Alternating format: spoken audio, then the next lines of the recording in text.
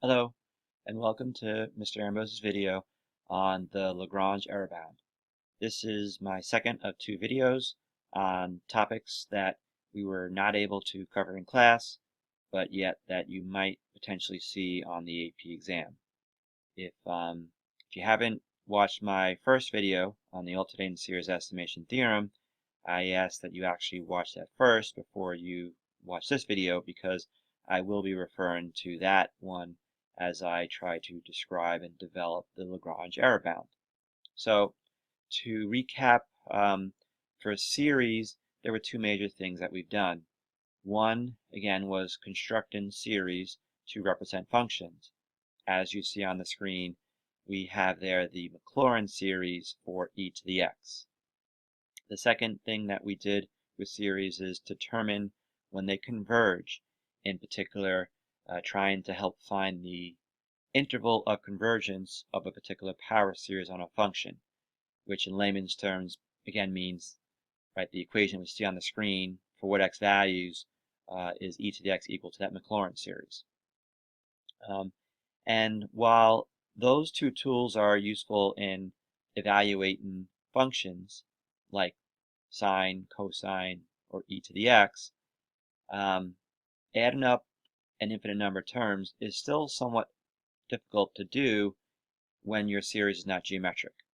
So the Lagrange error bound will do something similar that the alternating series estimation theorem does, and that is it will allow us to look at or examine partial sums of a particular power series and know how close we are to the actual sum of the series without actually even knowing what that sum is. So without further ado, I'm going to jump into this. I do want to use the Maclaurin series for e to the x to help develop the Lagrange error bound. The one thing you'll note is that the Maclaurin series for e to the x, hopefully you'll agree, is not an alternating series. So thus the need for this Lagrange error bound along with the alternating series estimation theorem. And as I did in my prior video, I'm going to work on trying to approximate e to the first power. We know what e to the first power is. You can reevaluate this on your calculator, or you might recall from seeing this in the past that e to the first power is roughly 2.718281828, and so on. Now, as I did in the prior video, I'm going to examine or approximate this e to the first power using the Maclaurin series for e to the x. And the first approximation I'll do is by using the second degree polynomial for e to the x.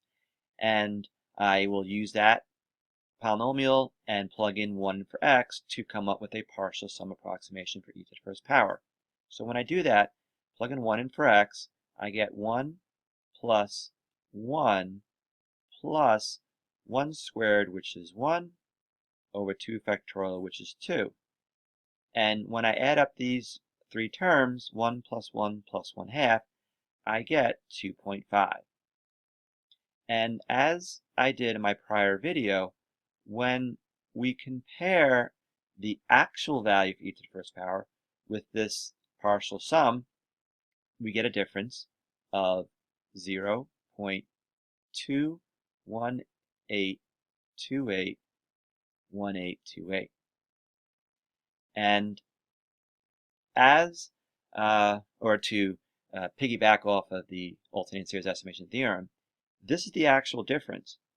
If I look at the first excluded term from this partial sum calculation, which is found by using a second degree polynomial, the first excluded term would be the term associated with x to the third power over 3 factorial in our Maclaurin series. And specifically because we're trying to approximate e to the first power, the first excluded term to this particular partial sum would be 1 to the third power, which is 1, over 3 factorial. And 1 over 3 factorial is equal to 0.1666, repeated actually. And unfortunately, when I compare this first excluded term to the actual difference between e to the first power and this partial sum, this first excluded term is not greater than the actual difference. So unfortunately, this is where the LaGrange error bound differs from the alternating series estimation theorem, but you'll find out in a moment that there are some similarities still. So to help with analyzing subsequent partial sums, I'm going to now look at this particular picture here. In this picture, you see three graphs. The blue graph represents the graph of e to the x. The green graph represents a Maclaurin polynomial for e to the x. Specifically, this is a second-degree Maclaurin polynomial.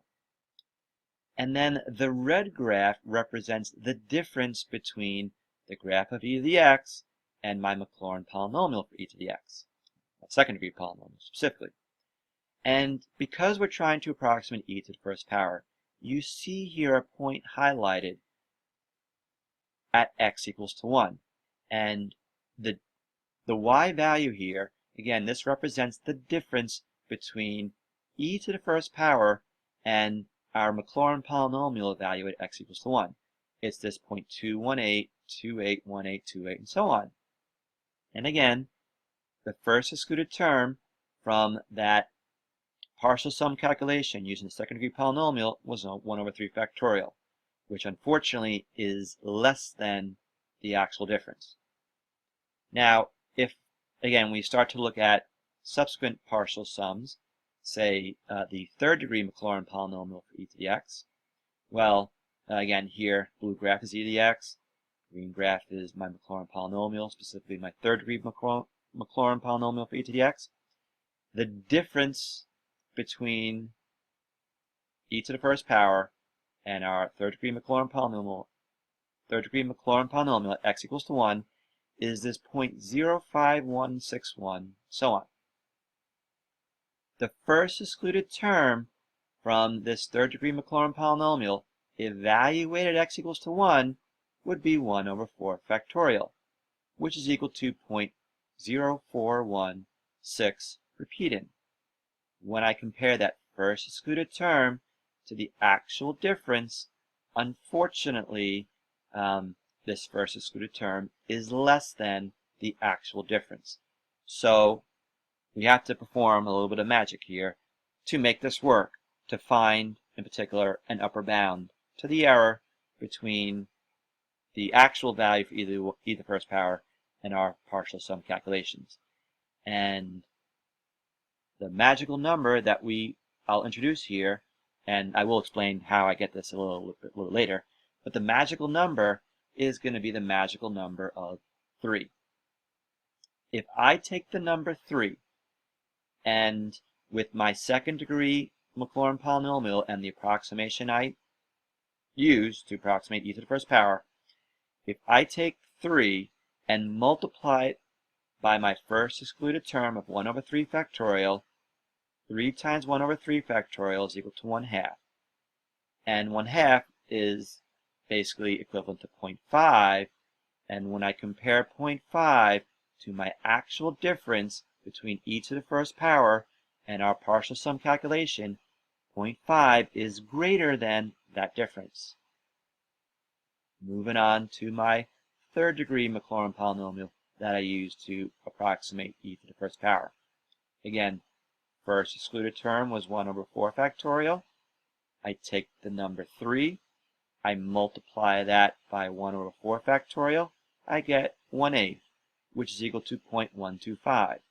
When I compare 0.125 to my actual difference between my partial sum and e to the first power, I see that 0.125 is, once again, greater than the actual difference.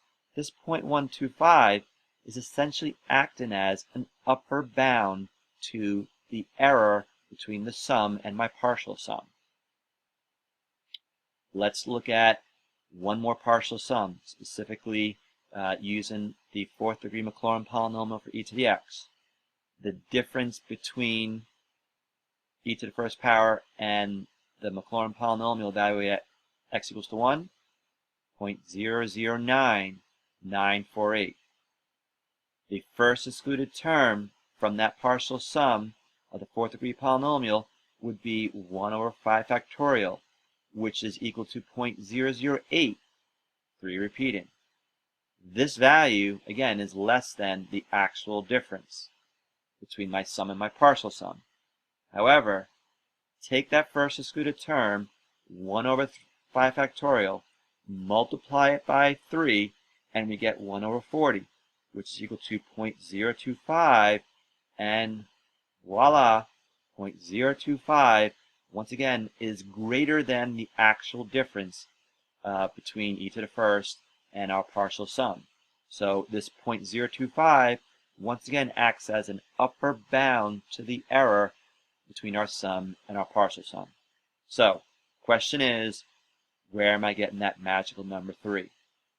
Well, to illustrate this, I want to refer back to the formula we have, the Taylor polynomial formula we have in particular, to construct an nth degree Taylor polynomial of the function f of x centered at x equals to c. And this is that particular formula. If you recall, when you perhaps had to memorize this particular formula,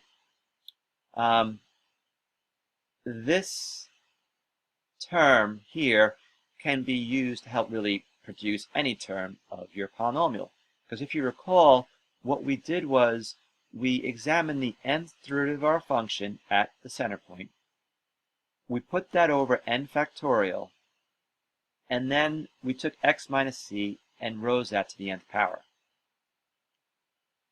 That's how we can generate any term of our Taylor polynomial. Well, the LaGrange error bound, or LEB, is very similar again to the alternating series estimation theorem, because what it says is that, okay, let's take the sum of the series, which again, in most cases, you won't even know what that is. Take that, and if we subtract from that an nth partial sum, and in particular an nth partial sum produced by an nth degree Taylor polynomial. Well, this difference, or our error in our nth partial sum calculation, can be no greater than, well, it's almost the same as the first excluded term from this nth degree polynomial. And I say almost because, well, we're going to put this this inequality on the side here, we're going to put this over n plus 1 factorial, because again, we're doing an nth partial sum calculation. I'm going to take the x minus c, put that in an absolute value because I'm really only concerned with how far are we away from the actual sum, and I'm going to raise that also to the n plus first power. So this part, this x minus c to the n plus first power, and this n plus 1 factorial is almost the same, or basically the same as this here, in terms of the next term after the nth term of my Taylor polynomial. But the difference with the LaGrange error bound and the alternating series estimation theorem is that I'm going to put an m here in this numerator. This m will not necessarily be the n plus first derivative of f, the value at the center point. What that m value will be is, m will be, this is an absolute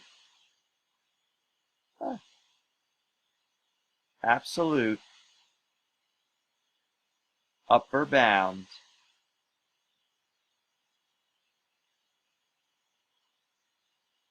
of our n plus first derivative of f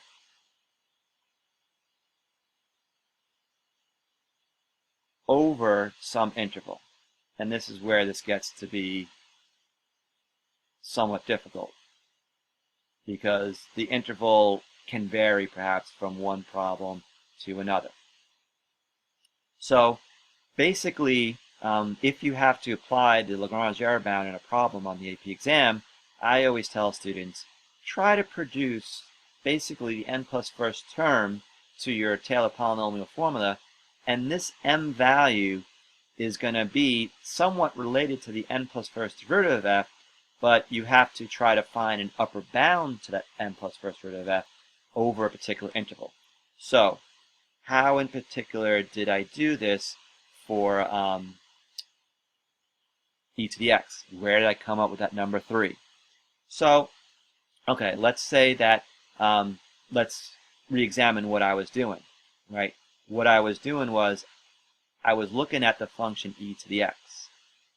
And essentially I was calculating nth partial sums, right?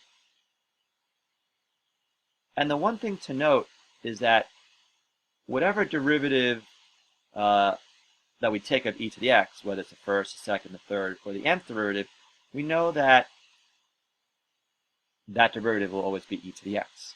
So, again, my LaGrange error bound, my absolute error here, will be no greater than this expression, the n plus first term of our particular Taylor polynomial formula. So, if we take the very first example, which was when I was looking at a second degree Taylor polynomial formula, there n is equal to 2. Alright, so I know my n is 2. My x value, well, my x value was where I was trying to evaluate or approximate my function e to the x. That was at x equals to 1. The center point of our Taylor polynomial, well, I mentioned this was the Maclaurin polynomial, and we know the center point of Maclaurin polynomial is 0. Right? So I know what n is, I know what x is, I know what c is. The only thing left to find now is what is this m. So, again, m should be an absolute upper bound to the n plus first derivative of f over some interval. So, if n is 2, then we know that the third derivative of f is equal to e to the x. And the interval that I'm going to use in this particular problem here is going to be between, or the interval of 0 to 1. And I'm choosing the interval from 0 to 1 because, well, 0 is my center point, and I want to evaluate or approximate my function e at 1. So this is the interval that I examine my third derivative of f, and I want to know what is an absolute maximum to this particular third derivative, or at least an upper bound to that particular third derivative. Now, you may say that because e to the x is increasing on 0 to 1, you may say that, well, let's let m be equal to e to the first power. And I would say that that would be an upper bound. But I wanted an easier upper bound to work with. So instead of choosing e as my upper bound, I chose 3 as my upper bound. And hopefully you would agree that 3, since it's more than e to the first power, would be an upper bound to e to the x on this interval. So our error between the actual sum and my partial sum was no greater than 3 over, n was 2, so this would be 2 plus 1 factorial times x, which is 1, minus our center point, which was 0, raised to the n plus 1 power. And this simplified down to essentially 1/2. Right? And that's where I got this particular upper bound to the error between the actual sum and the partial sum of trying to approximate e to the first power. So this is Lagrange error bound. It is somewhat difficult to apply, especially because of the fact that you do have to analyze the n plus first root of f over a particular interval, which can vary from one problem to the next. We will, I'm sure during our review, see a question or two on Lagrange error bound, and during that time I'll show you how in particular you can apply this, and hopefully this video helped give you some insight into this particular theorem, and hopefully this will allow you to answer this question if by chance you actually happen to see it on the AP exam. I hope you enjoy the rest of your vacation, and I will see you in a couple of days. Take care.